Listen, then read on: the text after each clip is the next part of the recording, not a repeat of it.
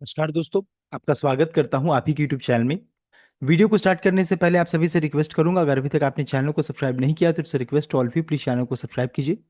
तो चलिए स्टार्ट करते हैं। जहां पे देखिए आज हम लोग डिस्कशन करेंगे टाटा मोटर्स कमर्शियल व्हीकल यानी कि टाटा मोटर शेयर के बारे में, जहां पर आज तूफानी तेजी देखने को मिली। 4.5% का देखिए उछाल ऑलरेडी हो चुका है स्टॉक में। तो एक तेजी के पीछे क्या रीजन है, एंड साथ साथ टाटा मोटर्स पैसेंजर व्हीकल का आज रिजल्ट आएगा तो कैसा रिजल्ट एक्सपेक्टेशन है, इन सभी चीजों को चेक किया जाएगा। देखिए इसका भी आज तेजी देखने को मिली। 349 का करंटली भाव चल रहा है। 1.84% का उछाल देखने को मिल रहा है। तो सबसे पहले जी स्टार्ट करेंगे टाटा मोटर्स कमर्शियल व्हीकल, जिसका भाव 477 रुपीज 478 के अराउंड में है।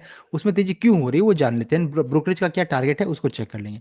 सबसे पहला चीज देखिए बताना चाहूंगा कि कंपनी का रिजल्ट कल के दिन अनाउंसमेंट हुआ था, यानी लगभग 12 तारीख को अनाउंस हुआ था, मार्केट क्लोज होने के बाद।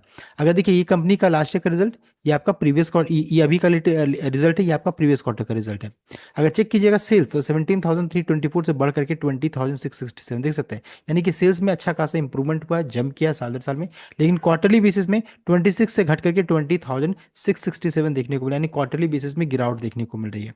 साथ ही साथ अगर कंपनी का नेट प्रॉफिट को चेक कीजिएगा, देखिए 1397 से बढ़कर के 2556, यानी कि अच्छा खासा ईयरली बेसिस में लगभग 80% ज्यादा का उछाल है। और क्वार्टरली बेसिस में 1793 से बढ़कर के 2556, यानी कि ईयरली एंड क्वार्टरली बेसिस दोनों में कंपनी के नेट प्रॉफिट में उछाल देखने को मिला। तो ये रीजन यहाँ पर बन रहा है कि नेट प्रॉफिट सबको यहाँ पर वॉच करें कि नेट प्रॉफिट में ईयरली एंड क्वार्टरली बेसिस दोनों में उछाल है। अब आप एक चीज को ध्यान दीजिए, सेल्स क्वार्टरली बेसिस में घट कर आ रहा है, लेकिन प्रॉफिट चेक कीजिएगा तो यहाँ पर अच्छा खासा इंप्रूव हुआ है। उसके पीछे रीजन क्या है, कंपनी का एक्सपेंस, खर्च को उन्होंने कम किया है। अब खर्च कैसे कम हुआ, एक्सपेंस कैसे कम हुआ है, वो रीजन क्या है, टाटा कैपिटल का जो रहता है यहाँ पर फेयर वैल्यू एडजस्टमेंट हुआ है, जिस कारण से कंपनी का एक्सपेंस घटा। और एक्सपेंस घटने के कारण, कम होने के कारण कंपनी का नेट प्रॉफिट में उछाल देखने को मिला क्वार्टरली बेसिस में। अदरवाइज अगर ये नहीं रहता तो यहाँ पर कंपनी का रिजल्ट जो रहता उतना अच्छा नजर नहीं आता, ये कहने का मतलब है। तो रिजल्ट मिला जुला सा था, लेकिन अभी क्या है, सभी को इसको वॉच करे कि नहीं, कंपनी के प्रॉफिट हाईएस्ट अभी तक का है और अच्छा खासा जंप देखने को मिला, लेकिन इसमें एक एडजस्टमेंट है, इस चीज को जरूर ध्यान दीजिएगा। तो चलिए ठीक है, इसके बदौलत शेयर में अच्छा खासा तेजी बन रहा है। साथ साथ ब्रोकरेज का भी सपोर्ट मिल रहा है। चेक कीजिएगा तो दो ब्रोकरेज जिनका नाम है नोमुरा एंड सीएलए से, दोनों ने देखिए अच्छा खासा ऊपर का टारगेट रखा है। बुलिस यहाँ पर उनका कहना है कि बुलिस यहाँ पर है इस स्टॉक को लेकर के। Nomura expect करे कि margin to improve further following the price hike and said that CV outlook has become brighter. It raised its FY27 forecast for MNHCV demand growth to 8% from 5%। पहले 5% का जो डिमांड ग्रोथ था उसे बढ़ा करके 8% कर दिया। नोमुरा की तरफ से ये अपडेट आ रहा है। साथ साथ अगर मैनेजमेंट का आउटलुक को चेक करेंगे तो टाटा मोटर्स कमर्शियल व्हीकल ने रेस किया है its FY27 medium and commercial vehicle demand growth forecast to 8% from its earlier 5%। Company expect कर रही है healthy double digit MNHCV volume growth in Q2 FY27, यानी कि जो नेक्स्ट रिजल्ट भी आएगा वो भी ठीक ठाक सा रहना चाहिए, वॉल्यूम ग्रोथ बढ़ सकता है। On electric vehicle management said demand remain strong with EV penetration in small commercial vehicle segment reaching 10% as total cost ownership advantage is been achieved sooner. यहाँ पर ये अपडेट आ रहा है। तो देखिए मैनेजमेंट का जो आउटलुक है, साथ साथ ब्रोकरेज का जो आउटलुक, दोनों को मिलाकर के चेक करेंगे तो पॉजिटिव भी देखने को मिल रहा है। इस कारण से शेयर में तेजी बन रही है। साथ ही साथ अगर चेक करेंगे ऑन कॉस्ट फ्रंट में, कंपनी ने एक्सपेक्ट किया है कंटिन्यूड प्रेशर अभी कॉस्ट, बिकॉज देखिए इन्फ्लेशन बढ़ सकता है, मेटल का कॉस्ट बढ़ा, रॉ मेटल कॉस्ट बढ़ सकता है। तो कंपनी का मानना है कि प्रेशर कंटिन्यूड हो सकता है, लेकिन इन्होंने प्राइस को बढ़ाया 2.5% इन जुलाई टू पार्टली ऑफसेट। तो उससे क्या हो जाएगा, जो कॉस्ट बढ़ रहा है वो ऑफसेट कर जाएगा, offset the impact. It also flagged some supply constraint amid strong demand.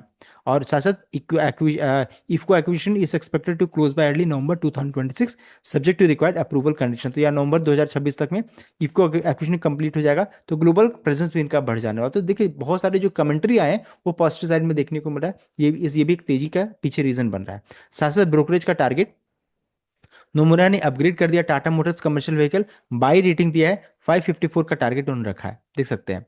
और साथ साथ अगर चेक करेंगे CLSA का तो देखिए उन्होंने आउट परफॉर्म रेटिंग दिया है, प्राइस टारगेट प्राइस 596 का रखा है, देख सकते हैं। यानी कि दोनों ब्रोकरेज ने अच्छा खासा ऊपर का प्राइस यहाँ पर रखा है, तो अच्छा खासा तेजी बनने का चांसेस है। तो टारगेट प्राइस को ध्यान दीजिएगा। और एक नेगेटिव में है, वो है टाटा मोतीलाल ओसवाल।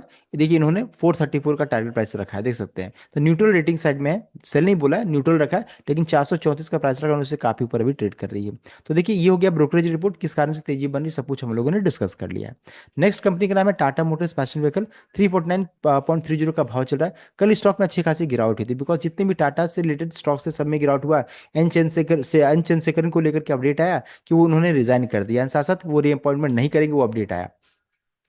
तो ये चीज़ है, उनका कार्यकाल खत्म भी हो रहा था, इस कारण से भी ये चीज़ देखने को मिला है। तो उस न्यूज़ को देखिए ऐसा बढ़ा चढ़ा करके बताया गया, और इस कारण से अगर चेक कीजिएगा तो जितने भी टाटा स्टॉक्स में सब में पिटाई हुई है। तो 349.30 अभी भाव चल रहा है, लगभग लगभग 2% का तेजी यहाँ पर देखने को मिल रही है। नेक्स्ट है कंपनी का रिजल्ट कैसा आ सकता है, बिकॉज आज अनाउंसमेंट होगा। तो यहाँ पर देख सकते हैं ये जो रिजल्ट, देखिए इसका अगर चेक कीजिएगा, देखिए यहाँ पर डिस्क्लोजर कंपनी का है, रिजल्ट कब आएगा। देखिए बताया जा रहा है 13 अगस्त को, 13 अगस्त को कंपनी रिजल्ट यहाँ पर अनाउंसमेंट करेगी। मोस्ट प्रोबेबल चांसेस है मार्केट क्लोज होने के बाद ही रिजल्ट कंपनी अनाउंस करे। अब कैसा रिजल्ट आ सकता है, तो देखिए रिजल्ट का एक्सपेक्टेशन ईयरली बेसिस में चेक कीजिएगा, तो रेवेन्यू जो रहता है ईयरली बेसिस में पॉजिटिव रहेगा, अच्छा खासा ग्रोथ होगा।